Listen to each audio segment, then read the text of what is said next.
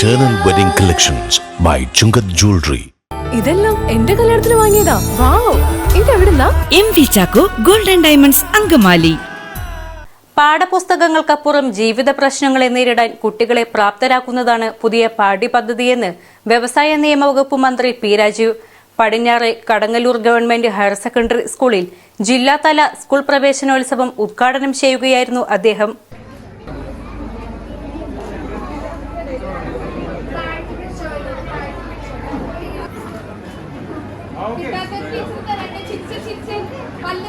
സാധാരണ പാഠപുസ്തക പഠനത്തിൽ നിന്ന് അധികമായി ജീവിതത്തിൽ നേരിടേണ്ടി വരുന്ന ഓരോ പ്രശ്നങ്ങളെ കുറിച്ചും കുഞ്ഞുങ്ങളെ പഠിപ്പിക്കാനായി ശ്രമിക്കുന്നതാണ്.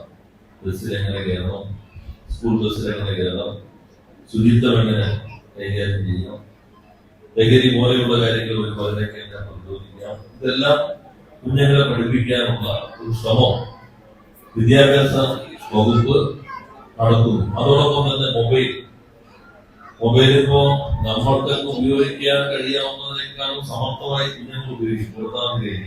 ഇങ്ങനെയുള്ള അപ്ലിക്കേഷൻ അതിനകത്തുണ്ടോ കുട്ടികൾ പറയുമ്പോഴായിരിക്കും നമുക്ക് അറിയാൻ കഴിയുക. എന്നാൽ ദുരുപയോഗപ്പെടുത്താനുള്ള സാധ്യതയുണ്ട്. അതെങ്ങനെ റെസ്പോൺസിബിൾ ആയിട്ട് ഉപയോഗിക്കാം, ഇതെല്ലാം ഇത്തവണ കുഞ്ഞുങ്ങളെ പഠിപ്പിക്കുന്നു എന്നുള്ളത് ഏറെ അഭിനന്ദനാർഹമാണ്. ഇവിടെ ഇപ്പോ ഈ കുട്ടികൾ നമ്മുടെ പുതിയ ആളുകൾ കിരീടവും ഒക്കെ വച്ച് റെഡിയായിക്കൊണ്ടിരിക്കുകയാണ്.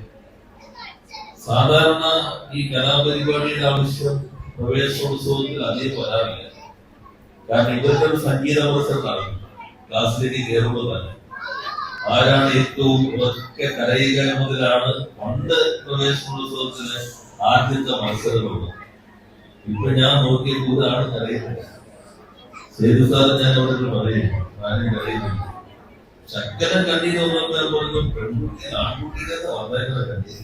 പെൺകുട്ടികളാണ് വിളിച്ചത് കരയുന്ന അമ്മ പറയേണ്ടതുണ്ട്. ഇപ്പൊ നമ്മുടെ കുട്ടികളെല്ലാം പുതിയ തലമുറയാണല്ലോ. അപ്പോൾ കുറെ കൂടി പോകുന്ന കാര്യങ്ങളെല്ലാം മനസ്സിലാക്കാൻ കഴിയുന്നത് തന്നെയാണ്. ഈ വിദ്യാലയം 100 വർഷം നേരിടുകയാണ്.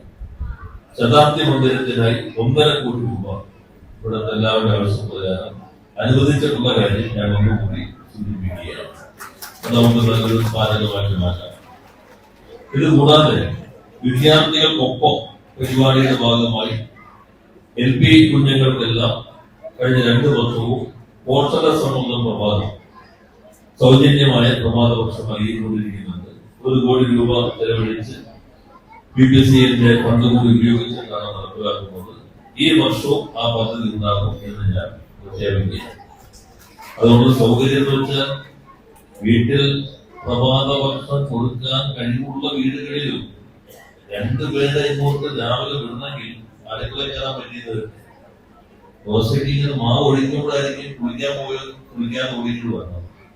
അപ്പൊ ചിലപ്പോൾ കരിഞ്ഞു അത് കൊടുക്കാൻ പറ്റിയത്. അപ്പൊ ഇങ്ങോട്ട് കുളിപ്പിച്ച് പുസ്തകങ്ങൾ കൊടുത്ത് വിട്ടാൽ മതി. രാവിലെ ഭക്ഷണം നമുക്ക് അടുത്ത അധികം വൈകാതെ തന്നെ ഈ വർഷത്തെ പദ്ധതി ആരംഭിക്കും. പിന്നെ നോക്കിക്കഴിഞ്ഞപ്പോൾ നമ്മുടെ വിദ്യാലയങ്ങളിലുള്ള ഒരു പ്രശ്നം നല്ല വെള്ളമൊക്കെ ആണെങ്കിലും ചില സ്കൂളുകളിൽ കഴിഞ്ഞ തവണ മഞ്ഞപ്പിടുത്തത്തിന്റെ ചില പ്രശ്നങ്ങളുണ്ടായി. ഇപ്പോ പലതരത്തിലുള്ള പ്രശ്നങ്ങളും കുടിവെള്ളത്തിൽ വരാനിടയുണ്ട്.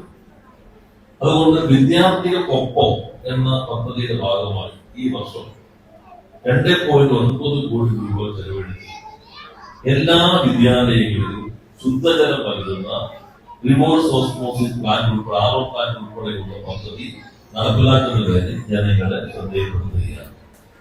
ഒരു സ്കൂളിന് ഏകദേശം 8 ലക്ഷം രൂപയോളം ചെലവ്. എന്നാലും ആരോഗ്യമാണ് ഏറ്റവും പ്രധാനം. നല്ല ശുദ്ധമായ ജലം കുട്ടികൾക്ക് കുടിക്കാൻ സഹായകരമായിരിക്കും. ചടങ്ങിൽ പ്രമുഖ സാഹിത്യകാരനും കേന്ദ്ര സാഹിത്യ അക്കാദമി അവാർഡ് ജേതാവുമായ സേതു അക്ഷരദീപം തെളിയിച്ചു.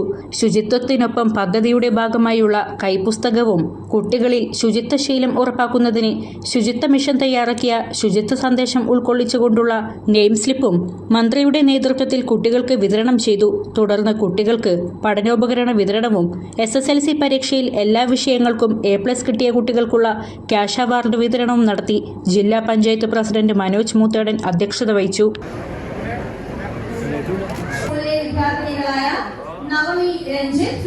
ഗ്ലസിൻ ആന്റണി, അനന്യ എസ് നായർ, വൈഗ കൃഷ്ണ, അഞ്ജു മഴമേഘങ്ങൾ പന്തലൊരുക്കിയ പുതുവർഷത്തിൻ പൂന്തോപ്പിൽ കളിമേളങ്ങൾ വന്നം വിതറിയൊരാദിക്കാലം മായും